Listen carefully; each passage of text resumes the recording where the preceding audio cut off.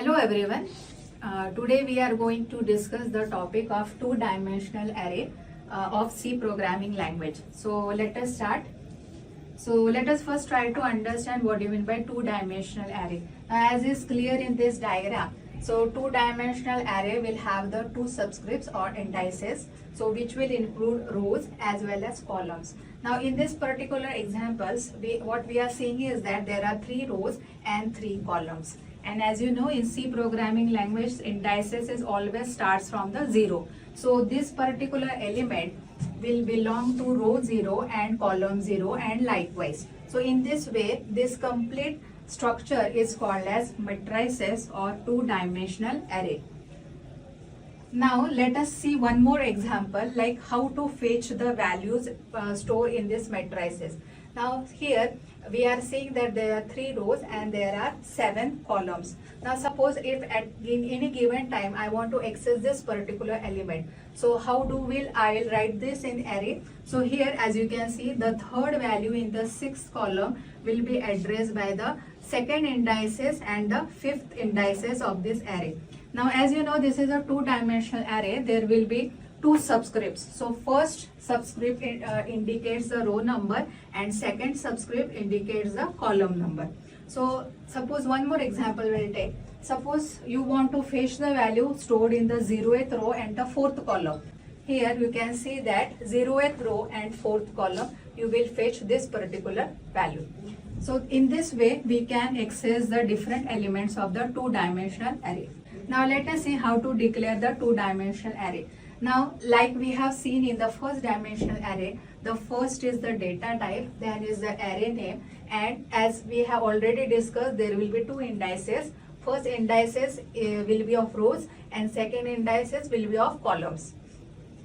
Now here is one typical example. Here the two-dimensional array name is 2-dimension and the data type is int, which will have 4 rows and 3 columns. Now let us see how to initialize this two-dimensional array.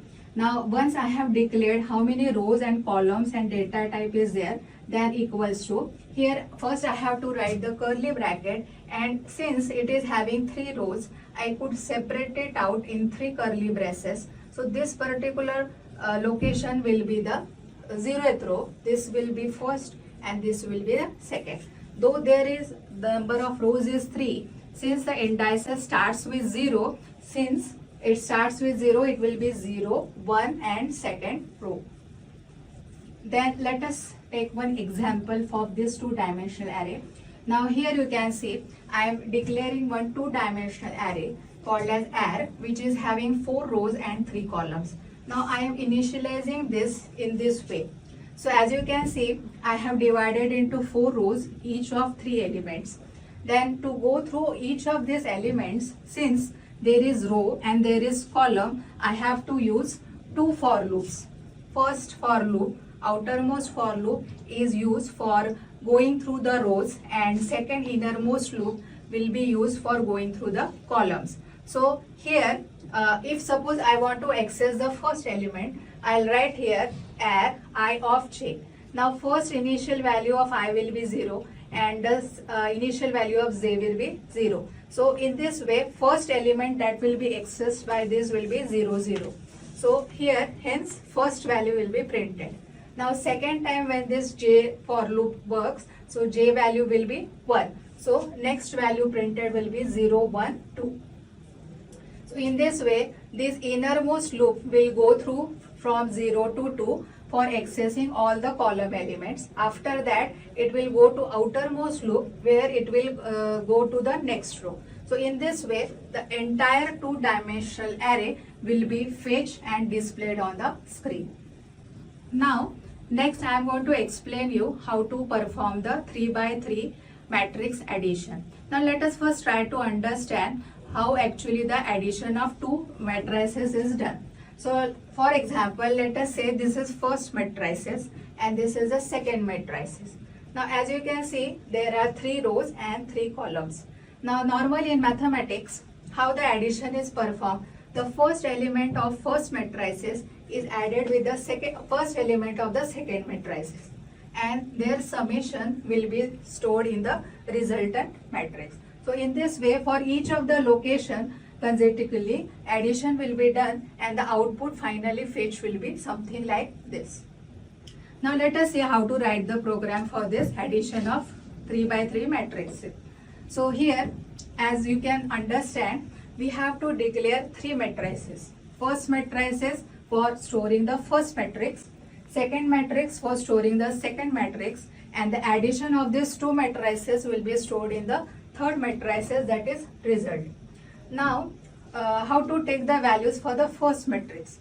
So, as we have seen in the earlier example, we will be making use of 2 for loops, and then we will use the scanf statement to take all the 9 elements one by one. So initially 0 0 element will be taken, then 0 1 will be taken, 0 2, and likewise. We will similarly take the input for the second matrices. Here again we will be using the 2 for loops, and we will be taking all the 9 elements of the second matrices. So far we have 2 matrices as shown in the screen. Now the next thing that we are supposed to do is addition of the 2 matrices. So again we will be using the 2 for loops. So here in the result matrices, we will be taking the elements from first matrice and the first element from the second matrices. So in this way, all the 9 elements of first matrice and the second matrices will be added and stored in the result matrix.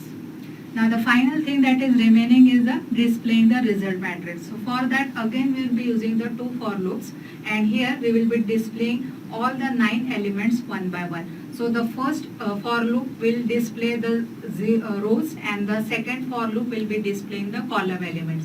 So in this way, all the 9 elements from the 2 matrices will be added and stored in this result matrices and will be displayed accordingly.